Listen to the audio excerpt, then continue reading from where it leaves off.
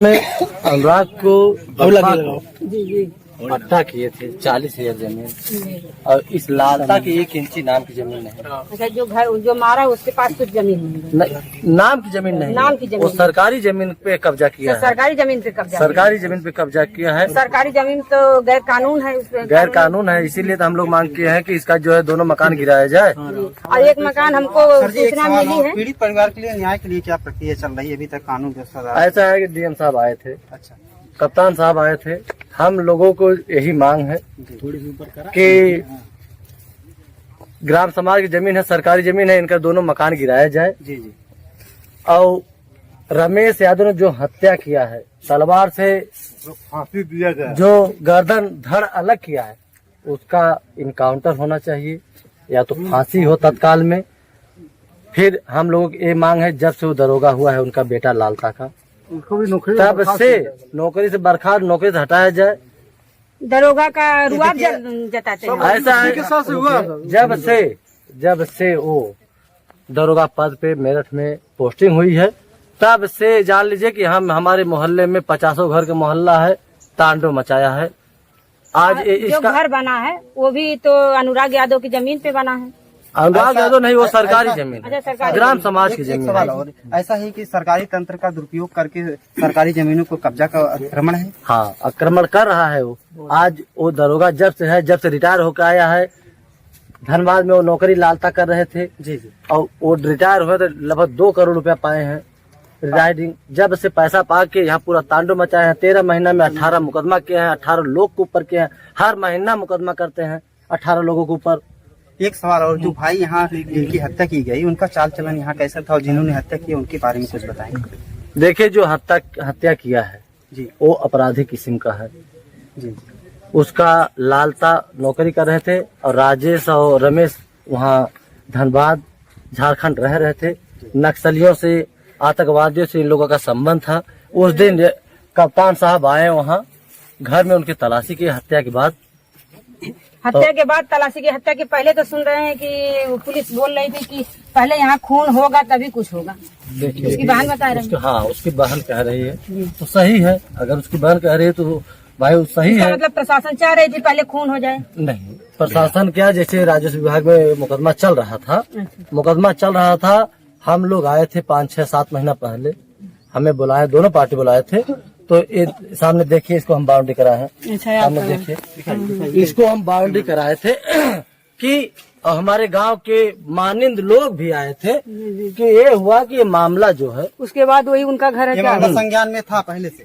हाँ, संज्ञान में था। वो बाउंड्री के बाद उनका घर है, वो थोड़ा सा वो हाँ, वही मकान उनका है। हमारे बाउंड्री के बाद उन्हीं का घर है। और एक गरीब का मकान देख लीजिए और एक अमीर का मकान देख लीजिए।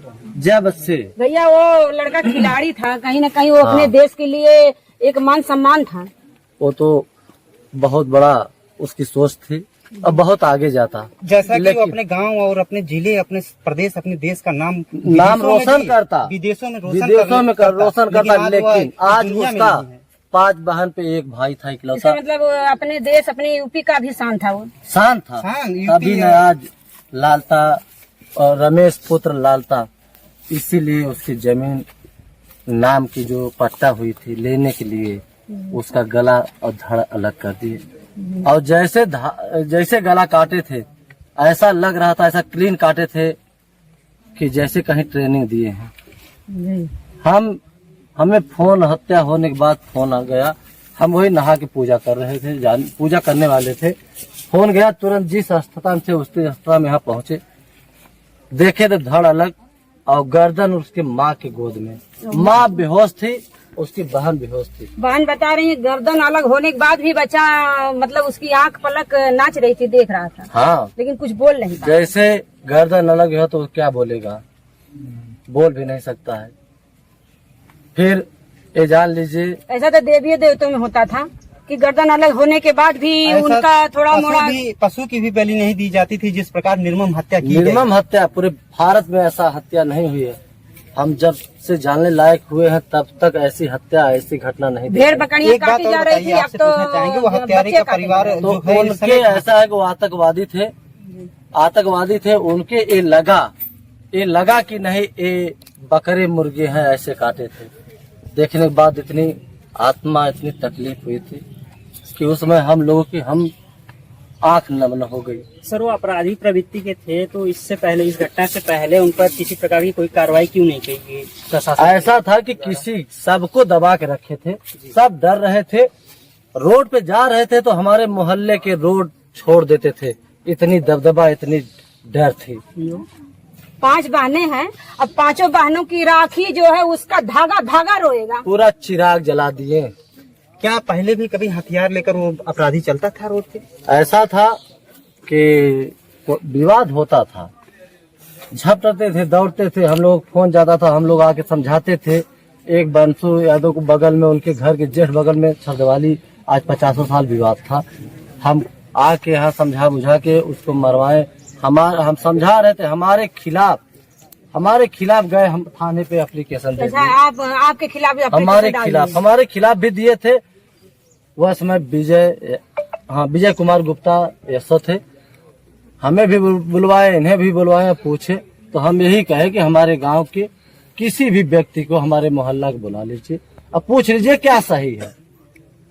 उसके बाद एसओ साहब ने उनको डांटा भी, लेकिन वो माने नहीं। वो छरदवाली जो मराई है सामने, विवाद खत्म हो गया था, उस लड़का से कोई मतलब नहीं था। हम 100 बार इस मामले में आए हैं, समझा बुझाकर हम लोग, हमारे गांव के भी मानित लोग भी थे, लेकिन वो बच्चा कभी इस मामले में आया नहीं था जिसका गला काट के हत्या की गई।